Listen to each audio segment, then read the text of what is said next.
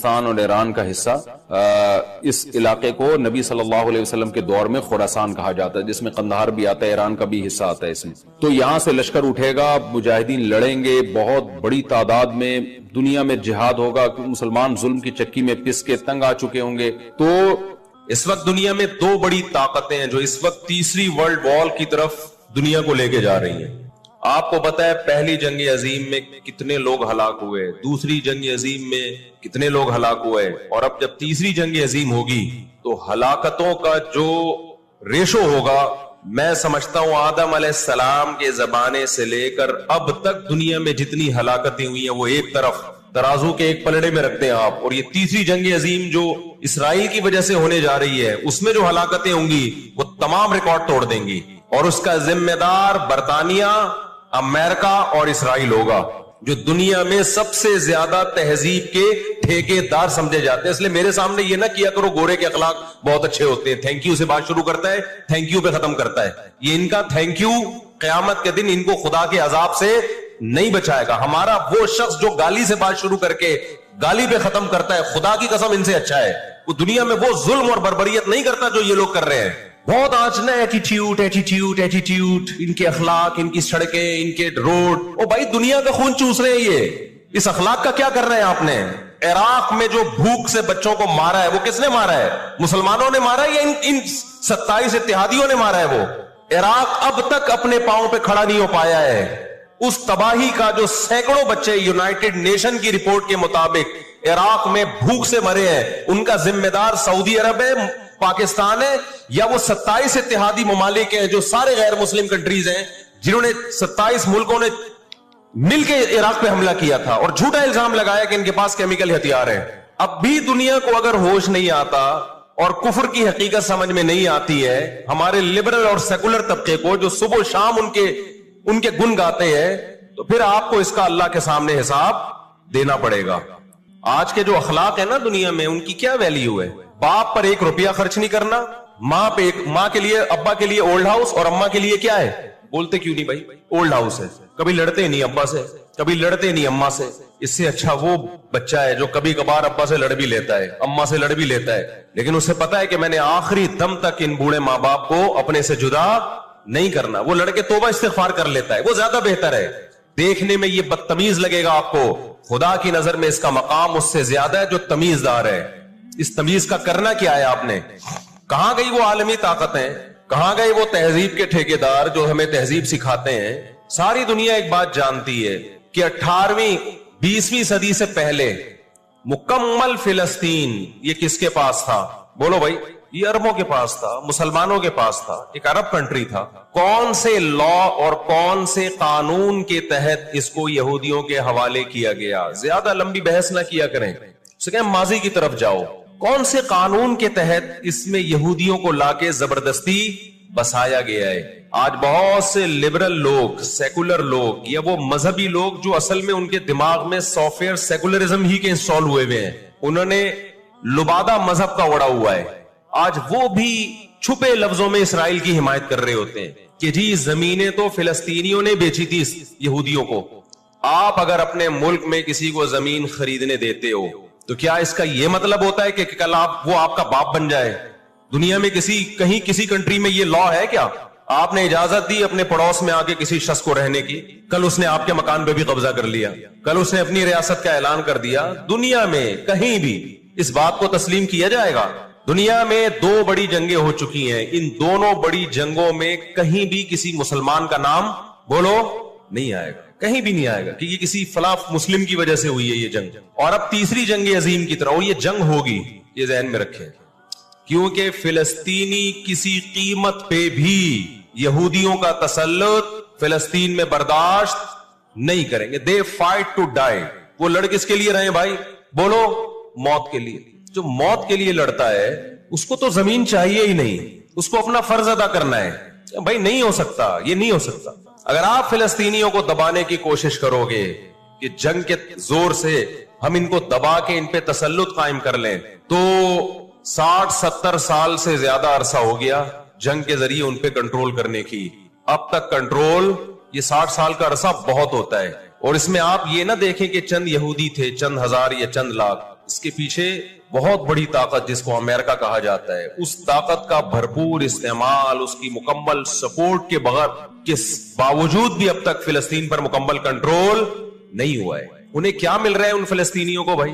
آج وہ اسرائیل کے سامنے ہتھیار ڈال دیں، اسرائیل ان کو نیشنلٹی بھی دے گا، اسرائیل وہ لگژری لائف ان کو دے گا جو جس کا میں اور آپ تصور بھی نہیں کر سکتے، وہ لگژری لائف دے گا ان کو، لیکن وہ کسی قیمت پہ بھی آمادہ نہیں ہوں۔ تو افسوس ہمیں اس پر ہوتا ہے کہ جب ہم نیٹ پہ دیکھتے ہیں نا انڈیا ساتھ دے رہا ہے اسرائیل کا، اوپر سے کچھ بیان داغ دیتے ہیں تھوڑے سے فلسطینیوں کے حق میں تاکہ لوگوں کی تھوڑی سی ہمدردی ہمیں ملے، پس پردہ مکمل کس کو سپورٹ کر رہا ہے؟ اسرائیل کو۔ امریکن نیوز چینل بھی اوپر سے بیان دے دیتے ہیں فلسطین میں ظلم ہو رہا ہے، ہم نے اس کو روکنا ہے، مکمل سپورٹ کس کو کر رہا ہے؟ امریکہ، اسرائیل۔ اور برطانیہ تو ہے ہی اس فساد کی بنیاد رکھنے والا، رپورٹیں تو بی بی سی بھی پیش کر رہا ہے فلسطینیوں کے حق میں، لیکن جو ریاست بی بی سی کی مالک ہے وہ سپورٹ کس کو کر رہی ہے؟ اسرائیل۔ دیکھو ہم نہ یہودی کے خلاف ہیں، نہ عیسائیوں کے خلاف ہیں، نہ ہندوؤں کے خلاف ہیں، نہ سکھوں کے خلاف ہیں۔ ہندو، سکھ، عیسائی اور یہودی، ان کے بارے میں ہمارے پاس قرآن کی واضح تعلیمات ہیں، لا اکراہ فی الدین قد تبین الرشد من الغی، دین میں کوئی زبردستی نہیں ہے، کسی شخص کو مذہب کی تبدیلی پر مجبور نہیں کیا جائے گا، کیونکہ اللہ نے سیدھا راستہ اور غلط راستہ 2 اور 2 4 کی طرح بیان کر دیا ہے، جس کا دل چاہے سیدھے راستے پہ چلے، جس کا دل چاہے برے راستے پہ چلے۔ قرآن نے یہ بھی واضح کر دیا کہ آپ کسی پر زبردستی نہیں کر سکتے، تلوار کی زور سے کسی کو اسلام میں داخل نہیں کر سکتے۔ اے اللہ ہم نے ان غیر مسلموں سے سلوک کیسا کرنا ہے یہ بھی قرآن نے بیان کر دیا، لا ينهاكم الله عن الذين لم يقاتلوكم في الدين ولم يخرجوكم من دياركم ان تبروهم، 28واں پارہ۔ جو بھی غیر مسلم ہے، چاہے وہ یہودی ہو، چاہے وہ عیسائی ہو، چاہے وہ ہندو ہو، سکھ ہو، بدھسٹ ہو، اللہ فرماتے ہیں اللہ تمہیں ان سے اچھے سلوک سے منع نہیں کر رہا، بلکہ اچھے سلوک کا اللہ تمہیں حکم دے رہا ہے۔ ہمارے نبی صلی اللہ علیہ وسلم جب کوئی یہودی بیمار ہوتا اس کی بھی عیادت کے لیے اسی طرح جایا کرتے تھے جیسے کسی مسلمان کی عیادت کے لیے جاتے۔ ہمارے نبی کی زوجہ ایک یہودی خاندان سے تھی، وہ اپنے یہودی خاندان کو ہدیے دیا کرتی تھی، ہمارے نبی صلی اللہ علیہ وسلم نے اس عمل سے انہیں منع نہیں کیا۔ اور آج بھی بہت سارے یہودی اسرائیل کے مسئلے میں فلسطینیوں کے ساتھ ہیں، ان کے حق میں مظاہرے کر رہے ہیں۔ ہماری دشمنی یہودیوں سے نہیں ہے، عیسائیوں سے نہیں ہے، ہماری دشمنی ان یہودیوں سے ہے جو اسرائیل کو سپورٹ کر رہے ہیں۔ آپ اگر قرآن اٹھا کے دیکھیں، اللہ تعالیٰ نے اپنے محبوب ترین پیغمبر موسیٰ کلیم اللہ وقربناہ نجیہ، جن کے بارے میں قرآن کہتا ہے وہ پیغمبر جن کو کوہ طور پہ بلا کے میں ان سے سرگوشیاں کیا کرتا تھا، اس پیغمبر کو اللہ نے اس قوم کی طرف بھیجا۔ کس قدر ٹینشن دی یہودیوں نے موسیٰ علیہ السلام کو، کیسے معجزے اپنی آنکھوں سے دیکھ رہے ہیں، درجنوں مرتبہ لاٹھی کو سانپ بنتے ہوئے دیکھا، سمندر کو اپنے سامنے 2 ٹکڑے ہوتے ہوئے اس قوم نے دیکھا جو آج اسرائیل پہ قبضہ، فلسطینیوں پہ ظلم کر رہی ہے۔ آج یہودی کیا کہتے ہیں کہ بیت المقدس ہمارا ہے، ہمارے پیغمبر موسیٰ علیہ السلام، ابراہیم علیہ السلام، یعقوب علیہ السلام، اسحاق علیہ السلام، یہ تو سارے ہمارے پیغمبر ہیں، یہ سارے ہمارے پیغمبر ہیں، تو یہ ہمارا قبلہ ہے۔ یہ قرآن کیا کہتا ہے؟ آپ سورہ بنی اسرائیل اٹھائیں، وَقَضَيْنَا إِلَىٰ بَنِي إِسْرَائِيلَ فِي الْكِتَابِ لَتُفْسِدُنَّ فِي الْأَرْضِ مَرَّتَيْنِ وَلَتَعْلُنَّ عُلُوًّا كَبِيرًا فَإِذَا جَاءَ وَعْدُ أُولَاهُمَا بَعَثْنَا عَلَيْكُمْ عِبَادًا لَنَا أُولِي بَأْسٍ شَدِيدٍ فَجَاسُوا خِلَالَ الدِّيَارِ وَكَانَ وَعْدًا مَسْئُولًا ثُمَّ رَدَدْنَا لَكُمُ الْكَرَّةَ عَلَيْهِمْ وَأَمْدَدْنَاكُمْ بِأَمْوَالٍ وَبَنِينَ وَجَعَلْنَاكُمْ أَكْثَرَ نَفِيرًا إِنْ أَحْسَنْتُمْ أَحْسَنْتُمْ لِأَنفُسِكُمْ وَإِنْ أَسَأْتُمْ فَلَهَا فَإِذَا جَاءَ وَعْدُ الْآخِرَةِ لِيَسُوءُوا وُجُوهَكُمْ وَلِيَدْخُلُوا الْمَسْجِدَ كَمَا دَخَلُوهُ أَوَّلَ مَرَّةٍ وَلِيُتَبِّرُوا مَا عَلَوْا تَتْبِيرًا۔ اللہ کہتے ہیں ہم نے تمہیں 2 چانس دیے بیت المقدس میں، 2 چانس، 2 دفعہ ہم نے تمہیں بیت المقدس پہ غلبہ عطا کیا، لیکن جب تم نے بدعمالی کی، تم اپنی تاریخ اٹھا کے دیکھو، دو دفعہ تمہاری بیت المقدس میں دھنائی ہوئی ہے, 2 دفعہ تمہاری پٹائی ہوئی ہے بیت المقدس میں, اور وہ تمہاری بدعمالیوں کی وجہ سے ہوئی ہے. تو یہودیوں کے ہاتھ سے جو بیت المقدس نکلا ہے وہ ہماری وجہ سے نہیں نکلا, وہ کس کی وجہ سے نکلا ہے؟ ان کی اپنی ناشکریاں اور اپنی بدعمالیوں کی وجہ سے نکلا ہے. اللہ نے پھر عیسائیوں کو غلبہ عطا کیا بیت المقدس پہ. دنیا میں 3 مسجدیں ایسی ہیں جو اللہ کی نظر میں بہت مقدس ہیں, اور ان پر حکومت کرنے کا حق, کنٹرول کرنے کا حق اسی کو ہے جو اللہ کے دین برحق کو ماننے والے ہیں. یہ اسلام کی روشنی میں, ایک مسجد حرام, ایک مسجد نبوی, اور تیسری مسجد اقصی, یہ اسلام کی روشنی میں. اور دنیا کے قوانین کی روشنی میں بھی دیکھا جائے, ہو سکتا ہے یہودی کہ میں اسلام کو نہیں مانتا, امریکہ کہے میں اسلام کو نہیں مانتا, آپ نہ مانے اسلام کو, لیکن آپ ریاستوں کے حقوق کے تو قائل ہیں نا. 18ویں 19ویں صدی کے آخر میں دنیا میں جن جن ممالک کی لکیریں کھنچ چکی تھیں, پوری دنیا کا معاہدہ ہے, پوری دنیا کے ایگریمنٹ ہے کہ جس ریاست کو ہم نے تسلیم کر لیا ہم اس کے خلاف مسلح لڑائی, بولو نا, نہیں لڑ سکتے. مجھے ایک بات بتاؤ, آج اگر برطانیہ اٹھ کے پاکستان پہ حملہ کرتا ہے, دنیا کس کو برا بھلا کہے گی؟ بولو نا, کیا ہو گیا؟ برطانیہ کو کہے گی نا. اگر وہ کہے کہ میں یہاں پہلے حکومت کر کے گیا ہوں, یہودی کہتے ہیں نا ہم نے بیت المقدس پہ حکومت کی ہے لہذا ہمارا حق ہے. بھائی حکومت تو برٹش نے بھی کی ہے پورے بر صغیر پر, لیکن آج کیا برطانیہ کو اجازت دی جائے گی کہ چونکہ آپ پہلے ہندوستان پہ حکومت کر کے گئے ہیں لہذا آپ دوبارہ بھی اٹیک کر سکتے ہیں؟ کیا دنیا کے کسی قانون میں اس کی اجازت دی جا سکتی ہے؟ یہی کہا جائے گا بھائی ونس اپون اے ٹائم, اب جب ایک کنٹری بن گیا ہے اور آپ نے اس کو ایز اے کنٹری تسلیم کر لیا ہے, دنیا نے تسلیم کر لیا ہے, اب اس کی لکیریں کھنچ چکی ہیں, اب اس سے 1 انچ بھی دنیا میں کسی کنٹری کو اس سے آگے بڑھنے کی اجازت نہیں ہوگی. ہوگی تو یہ بین الاقوامی لا اور بین الاقوامی قانون کی روشنی میں جرم سمجھا جائے گا. فلسطین اور بیت المقدس اسلام کی روشنی میں بھی مسلمانوں کا ہے, اور بین الاقوامی قوانین کی روشنی میں بھی کس کا ہے؟ مسلمانوں کا ہے. وہ 2 وجوہات ہیں. تو آپ بتاؤ اتنی بڑی وجہ کے ہوتے ہوئے کیا فلسطینی وہ مسجد چھوڑ سکتے ہیں کیا؟ آج ہماری مسجد پہ کوئی شخص آئے, کوئی دوسرے مولوی صاحب آ جائیں کہ میں مسجد پہ قبضہ کرنا چاہتا ہوں, کیا کمیٹیاں قبضہ کرنے دیتی ہیں؟ بولو بھائی کیا ہو گیا؟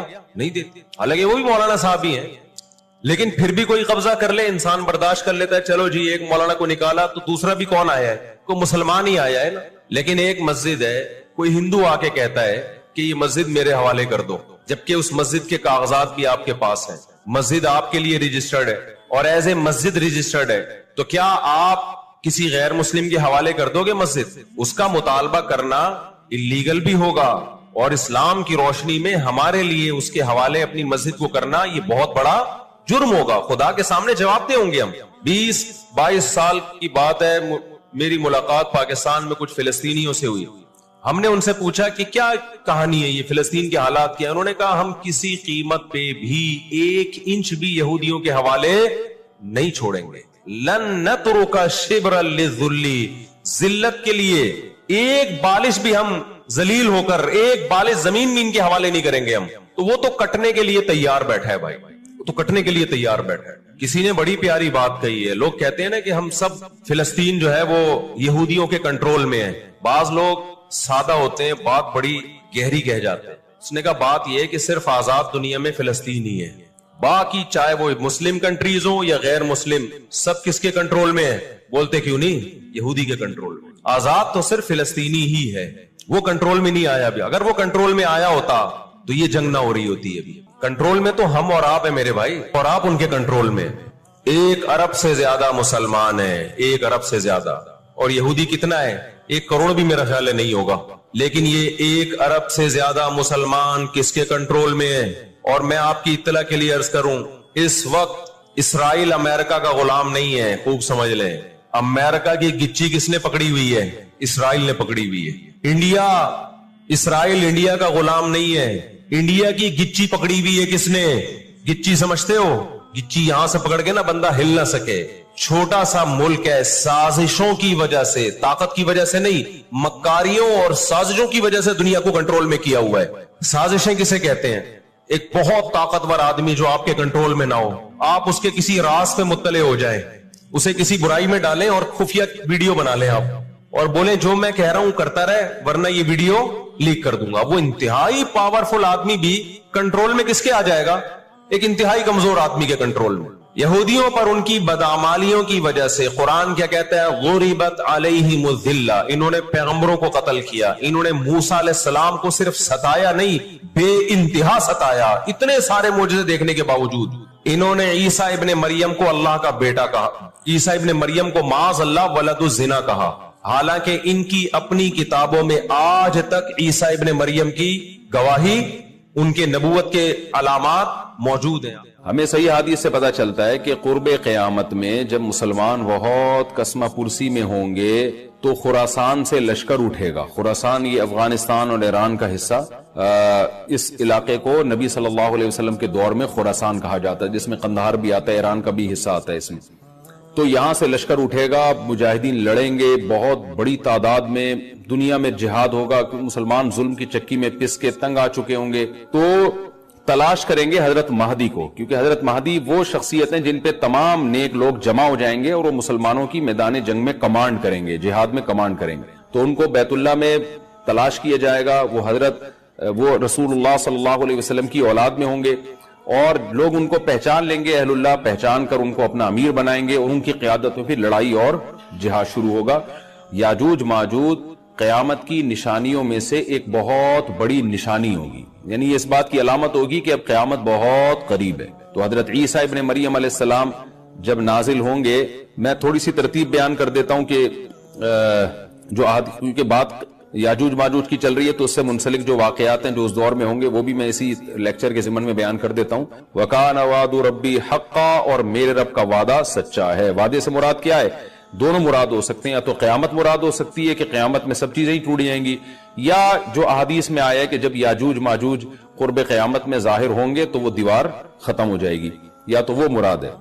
وَتَرَكْنَا بَعْضَهُمْ يَوْمَئِذٍ يَمُوجُ فِي بَعْضٍ، اور ہم ان میں سے بعض کو، یعنی جو یاجوج ماجوج ہیں ان میں سے بعض کو، یومئذ، جس دن ایسا ہوگا، جس دن اللہ کا وعدہ آئے گا اور یہ دیوار ٹوٹے گی، یموج فی بعض، ہم ان کو ایسا کر دیں گے کہ یہ ایک دوسرے میں گھس رہے ہوں گے۔ یہ مضمون احادیث میں آیا ہے، دیکھیں قرآن میں اور احادیث صحیحہ میں جو یاجوج ماجوج اور اس دیوار کا ہمیں ملتا ہے نا، میں صرف اس کو آپ کے سامنے بیان کروں گا، باقی اس بارے میں ڈیٹیل میں آپ جائیں گے تو بہت کچھ آپ کو انٹرنیٹ پہ بھی مل جائے گا، مفسرین کی کتابوں میں بھی مل جائے گا، اور لوگوں کی اپنی اپنی تحقیقات ہیں، اپنے اپنے تبصرے ہیں، نہ میں ان تبصروں کو صحیح کہہ رہا ہوں نہ غلط کہہ رہا ہوں، کتابیں بھری ہوئی ہیں، وہ آپ جائیں پڑھیں اس کو، لیکن جتنی بات قرآن سے اور صحیح احادیث سے یاجوج ماجوج کے بارے میں ثابت ہوتی ہے، میں صرف اس کو آپ کے سامنے ابھی پیش کر رہا ہوں۔ پہلا عقیدہ تو یہ ثابت ہوتا ہے کہ یاجوج ماجوج ایک قوم ہے، انسان ہیں، وہ کوئی انسانوں کے علاوہ کوئی الگ مخلوق نہیں ہے، لیکن ہیں بڑے فسادی۔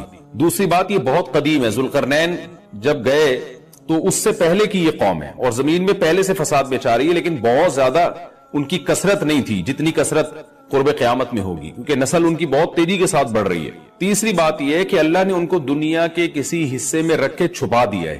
چھپایا اس لیے ہے کہ ان کے ظاہر ہونے کا ایک ٹائم ہے، اور وہ ہے حضرت عیسیٰ علیہ السلام کا دور۔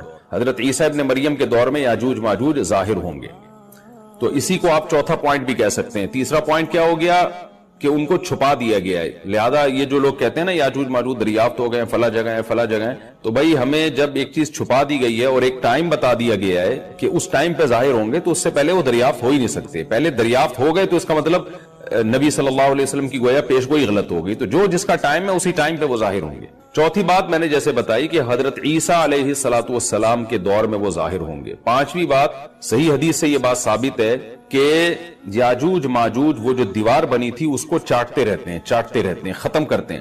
اب چاٹنا کا جو لفظ حدیث میں ہے اس سے مراد زبان سے چاٹنا بھی ہو سکتا ہے، اور یہ کنایا بھی ہو سکتا ہے کہ اس کو ختم کرنے کی کوشش میں لگے ہوئے ہیں۔ اور ایسے چاٹنا، جب ہم کوئی چیز چاٹتے ہیں نا تو بہت تھوڑی تھوڑی وہ ختم ہوتی ہے، تو اتنی موٹی اتنی بڑی دیوار ہے کہ وہ انہوں نے اپنی اسٹرگل اور اپنی محنت نہیں چھوڑی ہے، تو وہ دیوار کو کسی نہ کسی طریقے سے گھسائی میں اس کے لگی رہتے ہیں۔ تو زبان سے بھی چاٹنا ہو سکتا ہے اور کسی اور طریقے سے اس کو ختم کرنے کی کوشش بھی مراد ہو سکتی ہے۔ اور حدیث میں آتا ہے کہ ایک دن آئے گا وہ جب ختم ہونے والی ہوتی ہے نا، تو وہ کہتے ہیں کہ کتنے لوگ ہلاک ہوئے، اور اب جب تیسری جنگ عظیم ہوگی تو ہلاکتوں کا جو ریشو ہوگا، میں سمجھتا ہوں آدم علیہ السلام کے زمانے سے لے کر اب تک دنیا میں جتنی ہلاکتیں ہوئی ہیں وہ ایک طرف ترازو کے ایک پلڑے میں رکھتے ہیں آپ، اور یہ تیسری جنگ عظیم جو اسرائیل کی وجہ سے ہونے جا رہی ہے اس میں جو ہلاکتیں ہوں گی وہ تمام ریکارڈ توڑ دیں گی، اور اس کا ذمہ دار برطانیہ، امریکہ اور اسرائیل ہوگا، جو دنیا میں سب سے زیادہ تہذیب کے ٹھیکے دار سمجھے جاتے ہیں. اس لیے میرے سامنے یہ نہ کیا کرو گورے کے اخلاق بہت اچھے ہوتے ہیں، تھینک یو سے بات شروع کرتا ہے، تھینک یو پہ ختم کرتا ہے. یہ ان کا تھینک یو قیامت کے دن ان کو خدا کے عذاب سے نہیں بچائے گا. ہمارا وہ شخص جو گالی سے بات شروع کر کے گالی پہ ختم کرتا ہے، خدا کی قسم ان سے اچھا ہے. وہ دنیا میں وہ ظلم اور بربریت نہیں کرتا جو یہ لوگ کر رہے ہیں.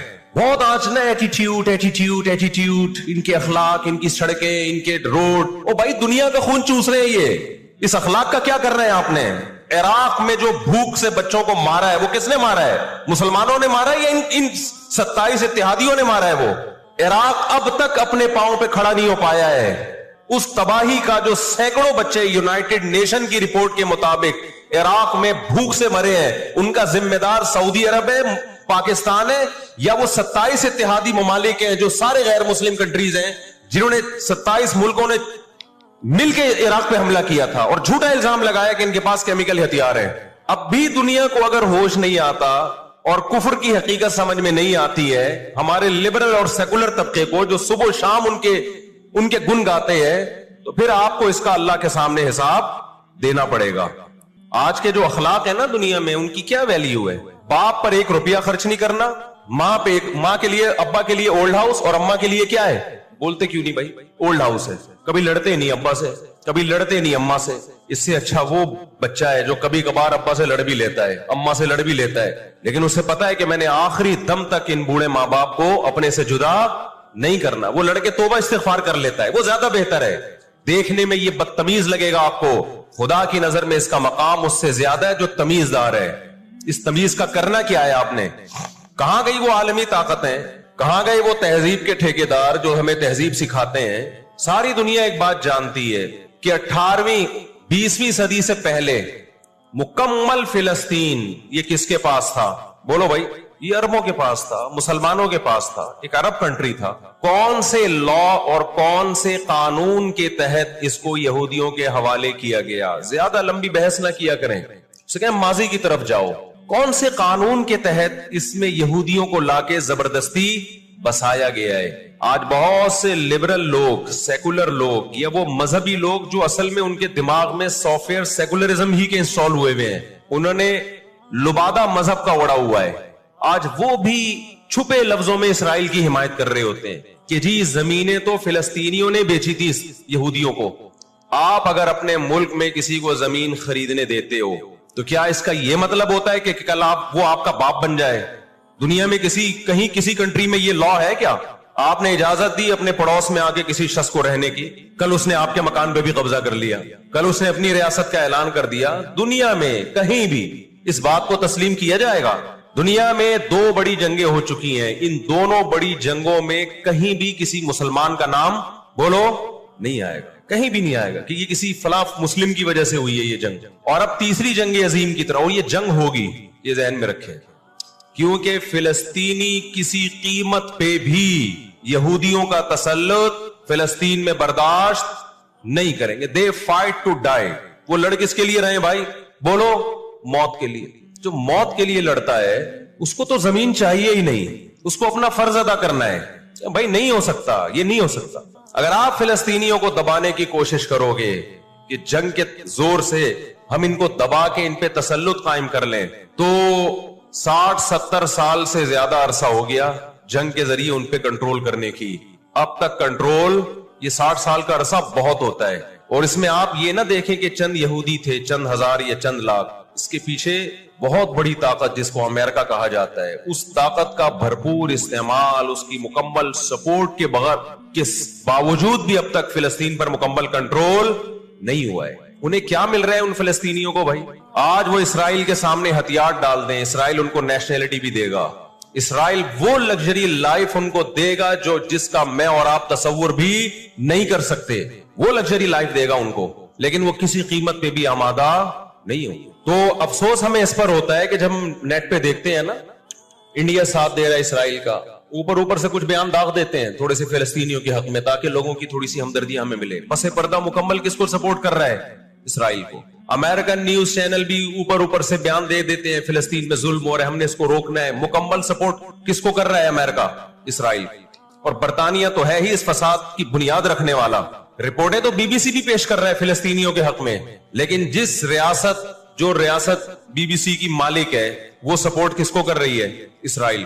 دیکھو ہم نہ یہودی کے خلاف ہیں, نہ عیسائیوں کے خلاف ہیں, نہ ہندوؤں کے خلاف ہیں, نہ سکھوں کے خلاف ہیں. ہندو, سکھ, عیسائی اور یہودی, ان کے بارے میں ہمارے پاس قرآن کی واضح تعلیمات ہیں. لا اکراہ فی الدین قد تبین الرشد من الغی. دین میں کوئی زبردستی نہیں ہے, کسی شخص کو مذہب کی تبدیلی پر مجبور نہیں کیا جائے گا, کیونکہ اللہ نے سیدھا راستہ اور غلط راستہ 2 اور 2 4 کی طرح بیان کر دیا ہے. جس کا دل چاہے سیدھے راستے پہ چلے, جس کا دل چاہے برے راستے پہ چلے. قرآن نے یہ بھی واضح کر دیا کہ آپ کسی پر زبردستی نہیں کر سکتے, تلوار کی زور سے کسی کو اسلام میں داخل نہیں کر سکتے. اے اللہ, ہم نے ان غیر مسلموں سے سلوک کیسا کرنا ہے یہ بھی قرآن نے بیان کر دیا. لا ينهاكم الله عن الذين لم يقاتلوكم في الدين ولم يخرجوكم من دياركم ان تبروهم. 28واں پارہ. جو بھی غیر مسلم ہے, چاہے وہ یہودی ہو, چاہے وہ عیسائی ہو, چاہے وہ ہندو ہو, سکھ ہو, بدھسٹ ہو, اللہ فرماتے ہیں اللہ تمہیں ان سے اچھے سلوک سے منع نہیں کر رہا, بلکہ اچھے سلوک کا اللہ تمہیں حکم دے رہا ہے. ہمارے نبی صلی اللہ علیہ وسلم جب کوئی یہودی بیمار ہوتا اس کی بھی عیادت کے لیے اسی طرح جایا کرتے تھے جیسے کسی مسلمان کی عیادت کے لیے جاتے. ہمارے نبی کی زوجہ ایک یہودی خاندان سے تھی, وہ اپنے یہودی خاندان کو ہدیے دیا کرتی تھی. ہمارے نبی صلی اللہ علیہ وسلم نے اس عمل سے انہیں منع نہیں کیا. اور آج بھی بہت سارے یہودی اسرائیل کے مسئلے میں فلسطینیوں کے ساتھ ہیں, ان کے حق میں مظاہرے کر رہے ہیں. ہماری دشمنی یہودیوں سے نہیں ہے, عیسائیوں سے نہیں ہے, ہماری دشمنی ان یہودیوں سے ہے جو اسرائیل کو سپورٹ کر رہے ہیں.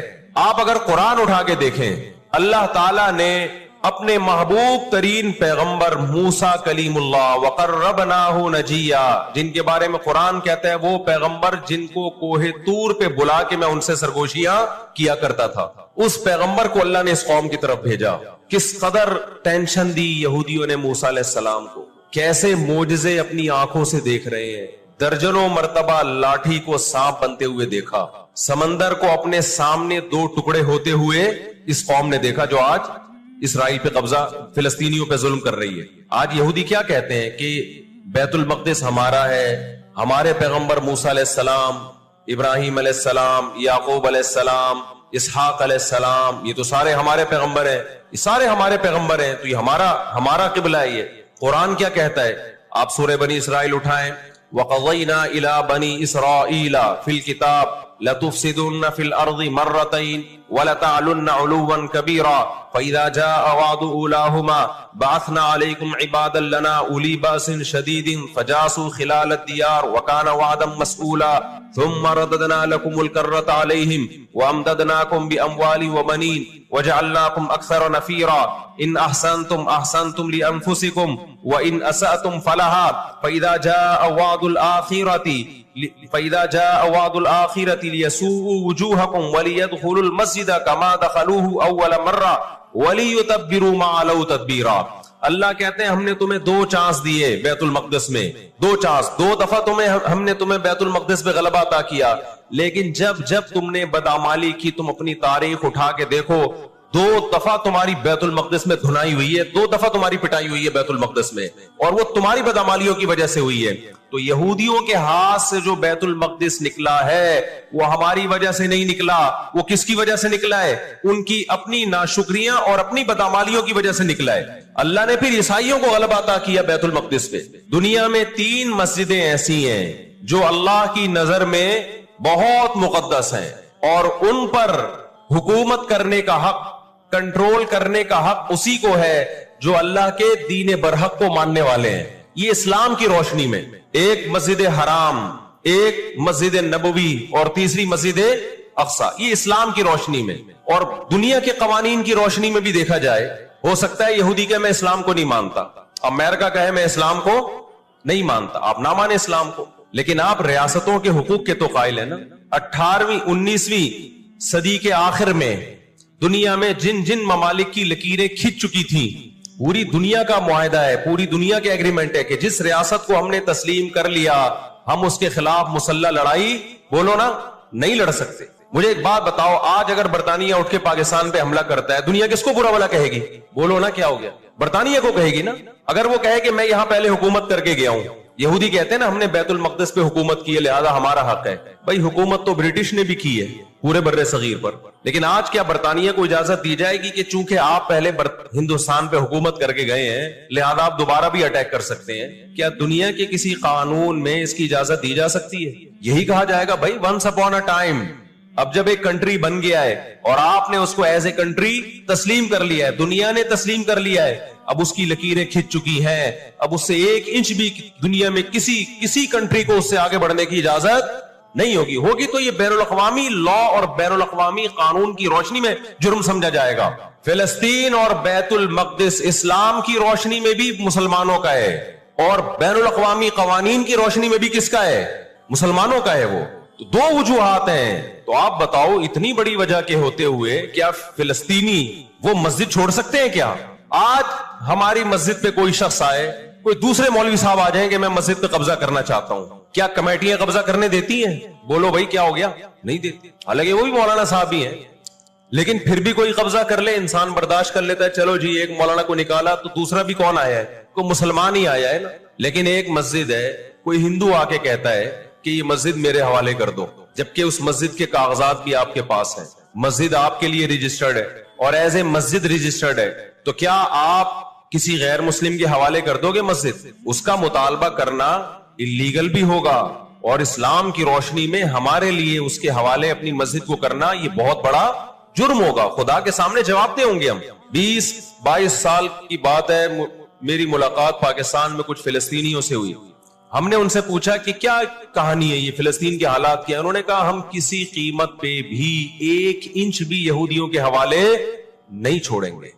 لن نترک شبرا للذل, ذلت کے لیے ایک بالش بھی ہم ذلیل ہو کر ایک بالش زمین بھی ان کے حوالے نہیں کریں گے ہم. تو وہ تو کٹنے کے لیے تیار بیٹھا ہے بھائی, وہ تو کٹنے کے لیے تیار بیٹھا ہے. کسی نے بڑی پیاری بات کہی ہے, لوگ کہتے ہیں نا کہ ہم سب فلسطین جو ہے وہ یہودیوں کے کنٹرول میں ہے. بعض لوگ سادہ ہوتے ہیں, بات بڑی گہری کہہ جاتے ہیں. اس نے کہا بات یہ ہے کہ صرف آزاد دنیا میں فلسطین ہی ہے, باقی چاہے وہ مسلم کنٹریز ہوں یا غیر مسلم سب کس کے کنٹرول میں ہے؟ بولتے کیوں نہیں؟ یہودی کے کنٹرول میں. آزاد تو صرف فلسطینی ہی ہے, وہ کنٹرول میں نہیں آیا ابھی. اگر وہ کنٹرول میں آیا ہوتا تو یہ جنگ نہ ہو رہی ہوتی ہے. ابھی کنٹرول میں تو ہم اور آپ ہیں میرے بھائی, اور آپ ان کے کنٹرول میں. 1 ارب سے زیادہ مسلمان ہیں, 1 ارب سے زیادہ, اور یہودی کتنا ہے؟ 1 کروڑ بھی میرا خیال ہے نہیں ہوگا. لیکن یہ 1 ارب سے زیادہ مسلمان کس کے کنٹرول میں ہیں؟ اور میں آپ کی اطلاع کے لیے عرض کروں, اس وقت اسرائیل امریکہ کا غلام نہیں ہے, خوب سمجھ لیں. امریکہ کی گچی کس نے پکڑی ہوئی ہے؟ اسرائیل نے پکڑی ہوئی ہے. انڈیا, اسرائیل انڈیا کا غلام نہیں ہے, انڈیا کی گچی پکڑی ہوئی ہے کس نے؟ گچی سمجھتے ہو؟ گچی یہاں سے پکڑ کے نا بندہ ہل نہ سکے. چھوٹا سا ملک ہے, سازشوں کی وجہ سے, طاقت کی وجہ سے نہیں, مکاریوں اور سازشوں کی وجہ سے دنیا کو کنٹرول میں کیا ہوا ہے. سازشیں کسے کہتے ہیں؟ ایک بہت طاقتور آدمی جو آپ کے کنٹرول میں نہ ہو, آپ اس کے کسی راز پہ مطلع ہو جائیں, اسے کسی برائی میں ڈالیں اور خفیہ ویڈیو بنا لیں آپ اور بولیں جو میں کہہ رہا ہوں کرتا رہے ورنہ یہ ویڈیو لیک کر دوں گا. وہ انتہائی پاورفل آدمی بھی کنٹرول میں کس کے آ جائے گا؟ ایک انتہائی کمزور آدمی کے کنٹرول میں. یہودیوں پر ان کی بدعمالیوں کی وجہ سے قرآن کیا کہتا ہے؟ غربت علیہم الذلہ, انہوں نے پیغمبروں کو قتل کیا, انہوں نے موسیٰ علیہ السلام کو صرف ستایا نہیں بے انتہا ستایا. اتنے سارے معجزے دیکھنے کے باوجود انہوں نے عیسیٰ ابن مریم کو اللہ کا بیٹا کہا, عیسیٰ ابن مریم کو معاذ اللہ ولد الزنا کہا, حالانکہ ان کی اپنی کتابوں میں آج تک عیسیٰ ابن مریم کی گواہی, ان کے نبوت کے علامات موجود ہیں. ہمیں صحیح حدیث سے پتا چلتا ہے کہ قرب قیامت میں جب مسلمان بہت قسمہ پرسی میں ہوں گے تو خراسان سے لشکر اٹھے گا. خراسان یہ افغانستان اور ایران کا حصہ, اس علاقے کو نبی صلی اللہ علیہ وسلم کے دور میں خراسان کہا جاتا ہے, جس میں قندھار بھی آتا ہے, ایران کا بھی حصہ آتا ہے اس میں. تو یہاں سے لشکر اٹھے گا, مجاہدین لڑیں گے بہت بڑی تعداد میں, دنیا میں جہاد ہوگا, مسلمان ظلم کی چکی میں پس کے تنگ آ چکے ہوں گے. تو تلاش کریں گے حضرت مہدی کو, کیونکہ حضرت مہدی وہ شخصیت ہیں جن پہ تمام نیک لوگ جمع ہو جائیں گے اور وہ مسلمانوں کی میدان جنگ میں کمانڈ کریں گے, جہاد میں کمانڈ کریں گے. تو ان کو بیت اللہ میں تلاش کیا جائے گا وہ رسول اللہ صلی اللہ علیہ وسلم کی اولاد میں ہوں گے، اور لوگ ان کو پہچان لیں گے، اہل اللہ پہچان کر ان کو اپنا امیر بنائیں گے، اور ان کی قیادت میں پھر لڑائی اور جہاد شروع ہوگا۔ یاجوج ماجوج قیامت کی نشانیوں میں سے ایک بہت بڑی نشانی ہوگی، یعنی یہ اس بات کی علامت ہوگی کہ اب قیامت بہت قریب ہے۔ تو حضرت عیسیٰ ابن مریم علیہ السلام جب نازل ہوں گے، میں تھوڑی سی ترتیب بیان کر دیتا ہوں کہ کیونکہ بات یاجوج ماجوج کی چل رہی ہے تو اس سے منسلک جو واقعات ہیں جو اس دور میں ہوں گے وہ بھی میں اسی لیکچر کے ضمن میں بیان کر دیتا ہوں۔ وَكَانَ وَعْدُ رَبِّي حَقًّا، اور میرے رب کا وعدہ سچا ہے۔ وعدے سے مراد کیا ہے؟ دونوں مراد ہو سکتے ہیں، یا تو قیامت مراد ہو سکتی ہے کہ قیامت میں سب چیزیں ہی ٹوٹ جائیں گی، یا جو احادیث میں آیا ہے کہ جب یاجوج ماجوج قرب قیامت میں ظاہر ہوں گے تو وہ دیوار ختم ہو جائے گی، یا تو وہ مراد ہے۔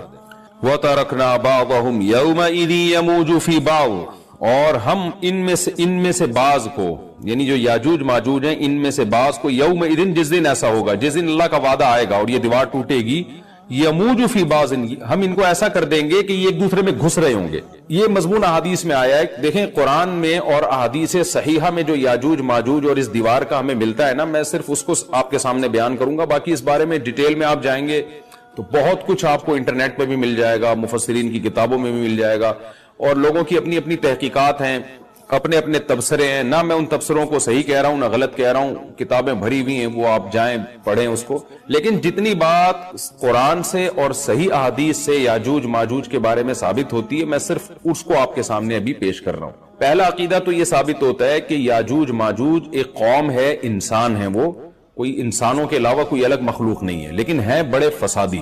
دوسری بات، یہ بہت قدیم ہے، ذوالقرنین جب گئے تو اس سے پہلے کی یہ قوم ہے، اور زمین میں پہلے سے فساد مچا رہی ہے، لیکن بہت زیادہ ان کی کثرت نہیں تھی جتنی کثرت قرب قیامت میں ہوگی، کیونکہ نسل ان کی بہت تیزی کے ساتھ بڑھ رہی ہے۔ تیسری بات یہ ہے کہ اللہ نے ان کو دنیا کے کسی حصے میں رکھ کے چھپا دیا ہے۔ چھپایا اس لیے ہے کہ ان کے ظاہر ہونے کا ایک ٹائم ہے، اور وہ ہے حضرت عیسیٰ علیہ السلام کا دور۔ حضرت عیسیٰ ابن مریم کے دور میں یاجوج ماجوج ظاہر ہوں گے، تو اسی کو آپ چوتھا پوائنٹ بھی کہہ سکتے ہیں۔ تیسرا پوائنٹ کیا ہو گیا کہ ان کو چھپا دیا گیا ہے، لہذا یہ جو لوگ کہتے ہیں نا یاجوج ماجوج دریافت ہو گئے ہیں، فلاں جگہ ہے فلاں جگہ ہے، تو بھائی ہمیں جب ایک چیز چھپا دی گئی ہے اور ایک ٹائم بتا دیا گیا ہے کہ اس ٹائم پہ ظاہر ہوں گے، تو اس سے پہلے وہ دریافت ہو ہی نہیں سکتے۔ پہلے دریافت ہو گئے تو اس کا مطلب نبی صلی اللہ علیہ وسلم کی گویا پیش گوئی غلط ہو گئی، تو جو جس کا ٹائم ہے اسی ٹائم پہ وہ ظاہر ہوں گے۔ چوتھی بات میں نے جیسے بتائی کہ حضرت عیسیٰ علیہ السلام کے دور میں وہ ظاہر ہوں گے۔ پانچویں بات، صحیح حدیث سے یہ بات ثابت ہے کہ یاجوج ماجوج وہ جو دیوار بنی تھی اس کو چاٹتے رہتے ہیں، ختم کرتے ہیں۔ اب چاٹنا کا جو لفظ حدیث میں ہے اس سے مراد زبان سے چاٹنا بھی ہو سکتا ہے، اور یہ کنایا بھی ہو سکتا ہے کہ اس کو ختم کرنے کی کوشش میں لگے ہوئے ہیں۔